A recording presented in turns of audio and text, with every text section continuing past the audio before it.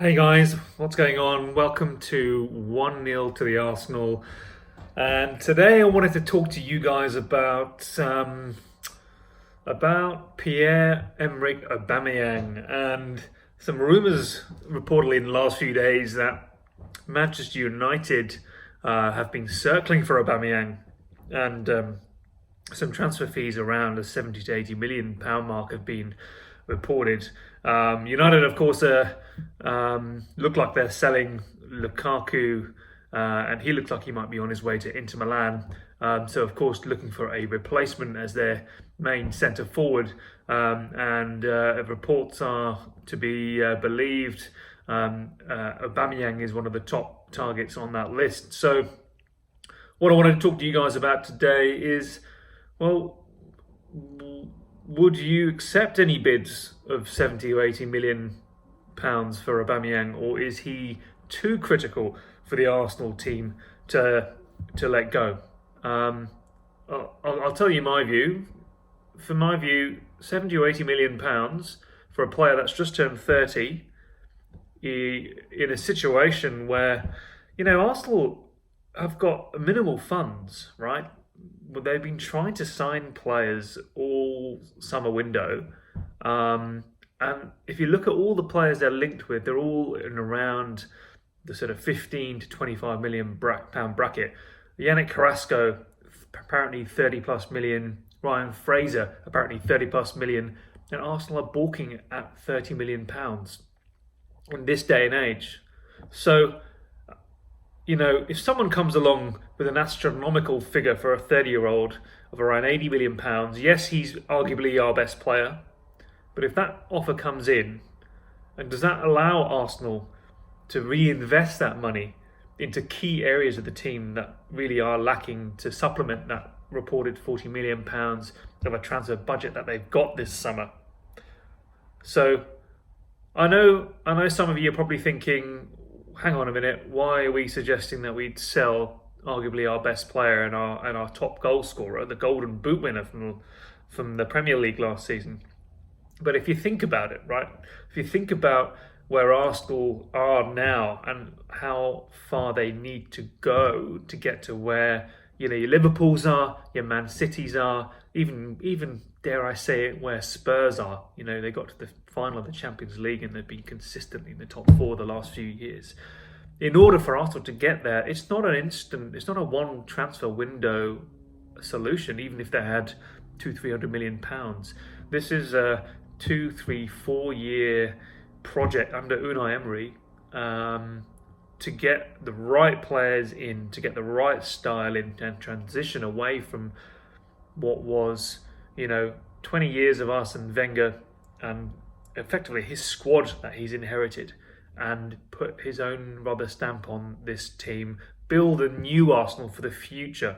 Yes, it might mean a couple of years where the team are finishing 4th, 5th, 6th, but build a new Arsenal that can have a core that's going to be with the club for the next 5 to 6 years and build from that. So for me, if someone comes in with an 80 million pound bid for Aubameyang, for me, it might be painful for the next season, but for me, I would absolutely accept that.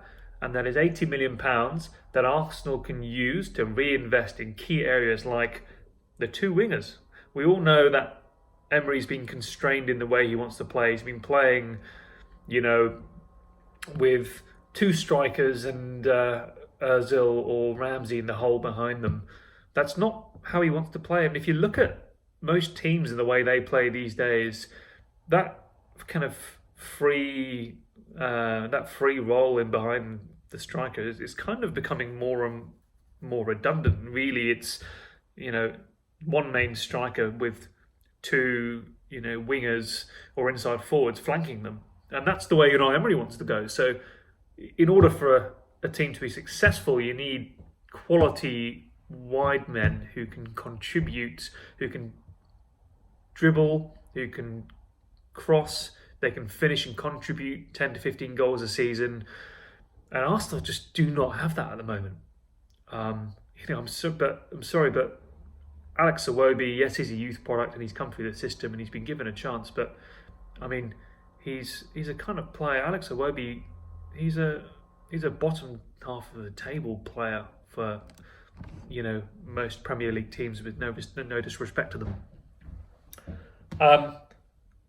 And we all know that Mkhitaryan's been quite frankly an absolute flop since he's been really in England, particularly at Arsenal. So we need that funds to reinvest into two top quality wingers, and £80 million would enable you to buy two really top quality wingers. We've been linked with, over the past year or so, with the likes of Nicolas Pepe. I mean, that would be an ideal signing, but I don't think Arsenal can afford the £60 million that are being spoken about for Pepe. But then you're into the likes of Ismaila Sarr, who some of you might remember, the Rennes player over in France. Some of you might remember he scored against Arsenal in the Europa Cup game, or the Europa League game over in France. You've got Ismaila Sarr, then you've got people like Carrasco, you've got Ryan Fraser, these wingers that Arsenal have been linked with. You can pick a couple of them up for 65 million pounds, still have a bit of change left over, and it leaves you with some of the funds to address some of the other areas of the team. For instance, getting at least one, if not two, centre backs, and also getting in one or two central midfielders, supplemented with additional sales. So for me, I know it might be a little bit out there, but given the style Emery wants to play, one up front, that could be Lacazette, flanked either side by a couple of top quality wingers.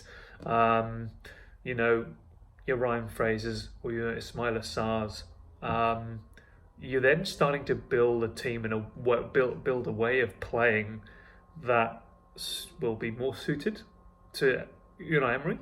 It will be more suited to the type of football he wants to play, and you're actually then starting to build the crux of a side. With people like Iwobi coming in as backup, with Reece Nelson being promoted into the first team setup as backup, you're then starting to have a little bit more depth around those forward positions. So that's my view. I want to know what you guys think. Do you think we should sell Aubameyang? If we do sell Aubameyang, who do we replace him with? Who are the wingers, for instance, you'd like to see Arsenal sign given £80 million or so? So let me know your thoughts. Leave your comments, of course, down in the comments section below. If you like the content of this video, please give us a like and, of course, subscribe.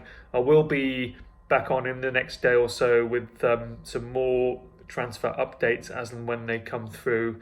So stay tuned, and we will see you again soon.